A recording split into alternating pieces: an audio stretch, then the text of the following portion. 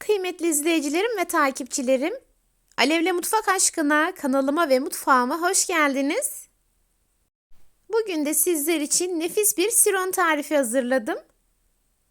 Yapımı hem çok basit hem de gerçekten oldukça doyurucu bir tarif. Sizleri daha fazla bekletmeden hemen tarifime geçiyorum. Hepinize iyi seyirler.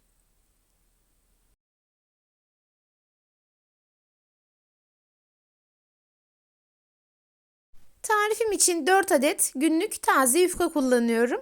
Yufkanın bir tanesini tezgahıma seriyorum. Daha sonra yufkanın her iki kenarından 4'er parmak genişliğinde katlıyorum.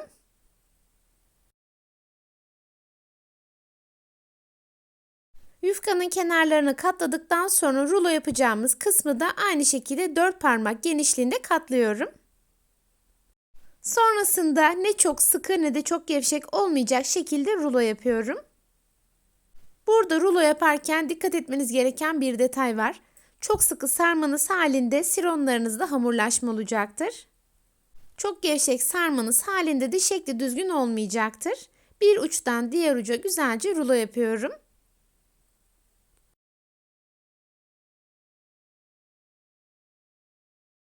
Yufkanın sonuna doğru geldiğimizde 4 parmak genişliğinde yine boşluk bırakıyoruz. Burayı fırça yardımıyla güzelce ıslatıyorum ve yapışmasını sağlıyorum.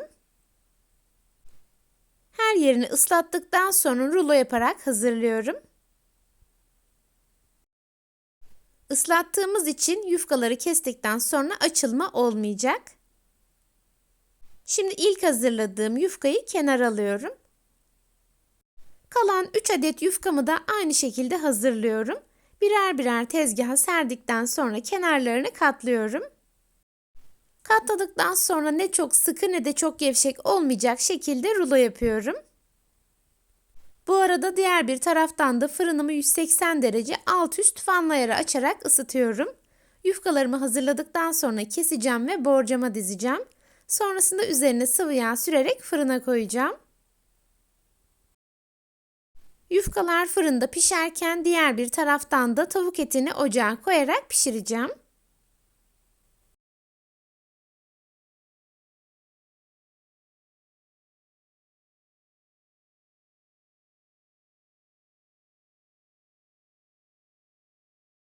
Yine yufkanın kalan kısmını güzelce ıslatıyorum. Daha sonra rulo yaparak hazırlıyorum.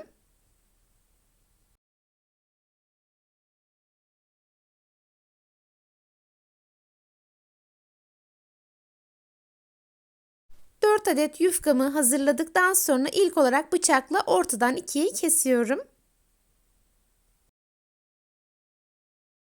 Şimdi bu kestiğim yufkaları kenara alıyorum. Tarifim için en büyük ebattaki yuvarlak borcamı kullanıyorum. Her yerini bolca sıvı yağ ile güzelce yağlıyorum.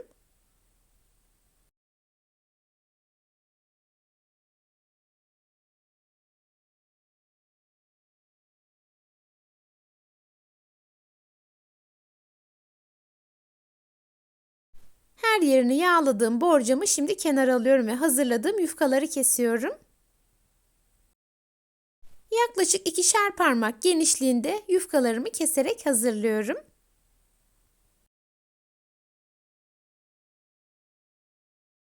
Yufkalarımı eşit bir şekilde kestikten sonra yağladığım borcama aralıklı olacak şekilde diziyorum. Yufkaları borcama dizmeden önce şöyle bir elimizle şişirelim. Böylelikle şekli çok daha güzel olacak. Bu arada tarifimde kullandığım tüm malzemeleri videonun altındaki açıklama kısmına ölçüleriyle birlikte ekliyor olacağım.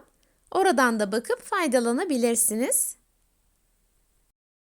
Kestiğimiz yufkaları borcama dizerken çok fazla birbirine değdirmemeye özen gösterelim. Çünkü yufkalar kat kat olduğu için pişerken biraz kabaracak.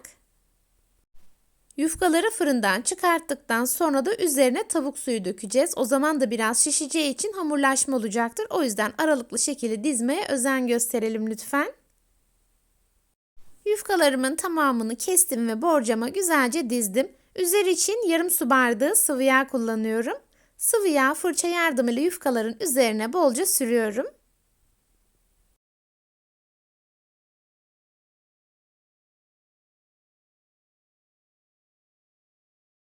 Yufkalarım artık fırına girmek için hazır. Önceden ısıttığım 180 derecelik alt üst fanlayara koyarak pişiriyorum. Diğer taraftan da hemen tavuk etlerimi ocağa koyuyorum. Tarifim için yarım kilo kalçalı but kullanıyorum. Güzelce yıkadığım tavuk etini tencereye koyduktan sonra üzerine 1,5 litre soğuk su ekliyorum.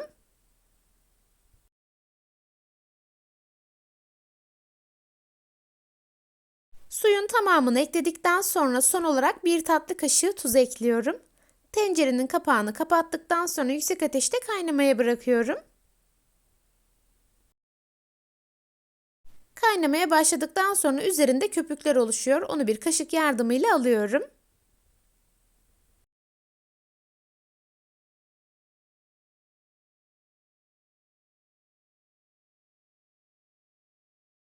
Kaynayana kadar yüksek ateşte bekletiyorum.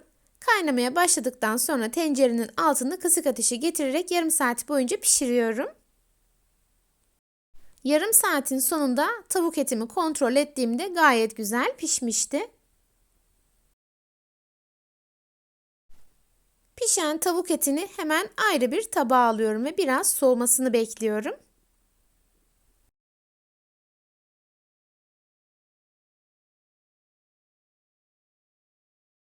İlk sıcaklığı giden tavuk etlerini didikleyerek hazırlıyorum.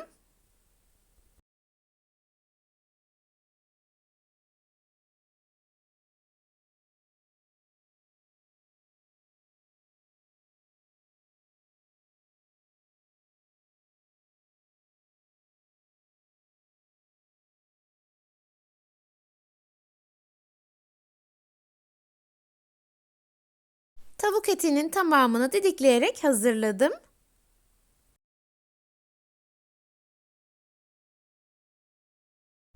Bir diğer taraftan da üzerine dökeceğim sarımsaklı yoğurdumu hazırlıyorum.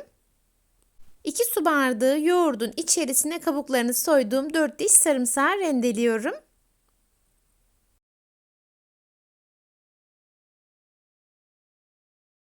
Sarımsağın tamamını rendeledikten sonra bir miktar tuz ekliyorum ve güzelce çırpıyorum. Pürüzsüz bir kıvam elde ediyorum.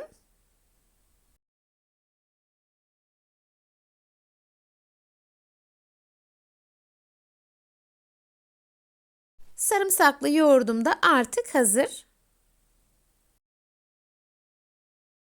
25 dakikanın sonunda pişen yufkalarımı da fırından çıkartıyorum ve soğumaya bırakıyorum. Yufkaların tamamen soğumuş olması gerekiyor. Soğuyan yufkaların üzerine sıcak tavuk suyumu döküyorum. Birinin sıcak, bir diğerinin ise soğuk olması gerekiyor. Böylelikle hamurlaşma olmayacak. Tavuk suyunun tamamını döktükten sonra biraz dinlendiriyorum. Bir diğer taraftan da tavayı ocağa alıyorum ve içerisine yaklaşık 3-4 yemek kaşığı kadar sıvı yağ ekliyorum.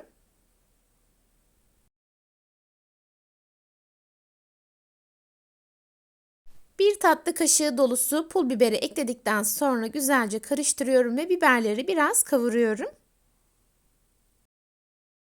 Biberlerin rengi ve lezzeti yağa geçinceye kadar karıştırarak kavurma işlemine devam ediyorum.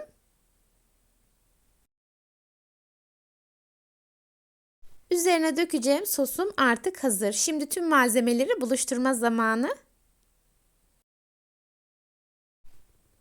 Üzerine tavuk suyunu döktükten sonra biraz beklettik ve soğuttuk. Şimdi üzerine bolca sarımsaklı yoğurdumuzu döküyoruz.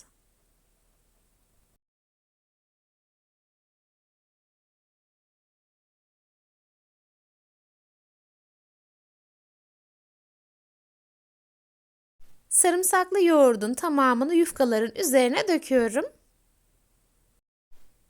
Daha sonra üzerine hazırladığım pul biberli yağlı karışımdan döküyorum.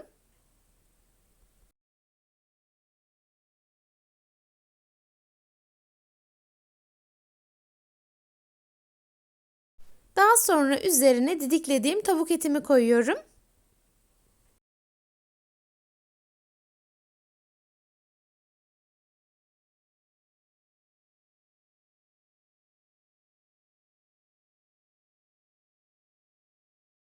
Kalan pul biberli yağlı karışımı da üzerine döktükten sonra bolca ince ince kıyılmış maydanozdan serpiyorum. Gördüğünüz gibi hazırlaması oldukça pratik. Gerçekten hem çok lezzetli hem de oldukça doyurucu bir tarif.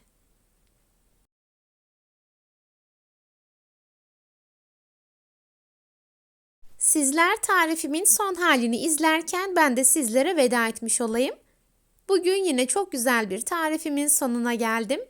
Beni izlediğiniz için hepinize çok teşekkür ederim.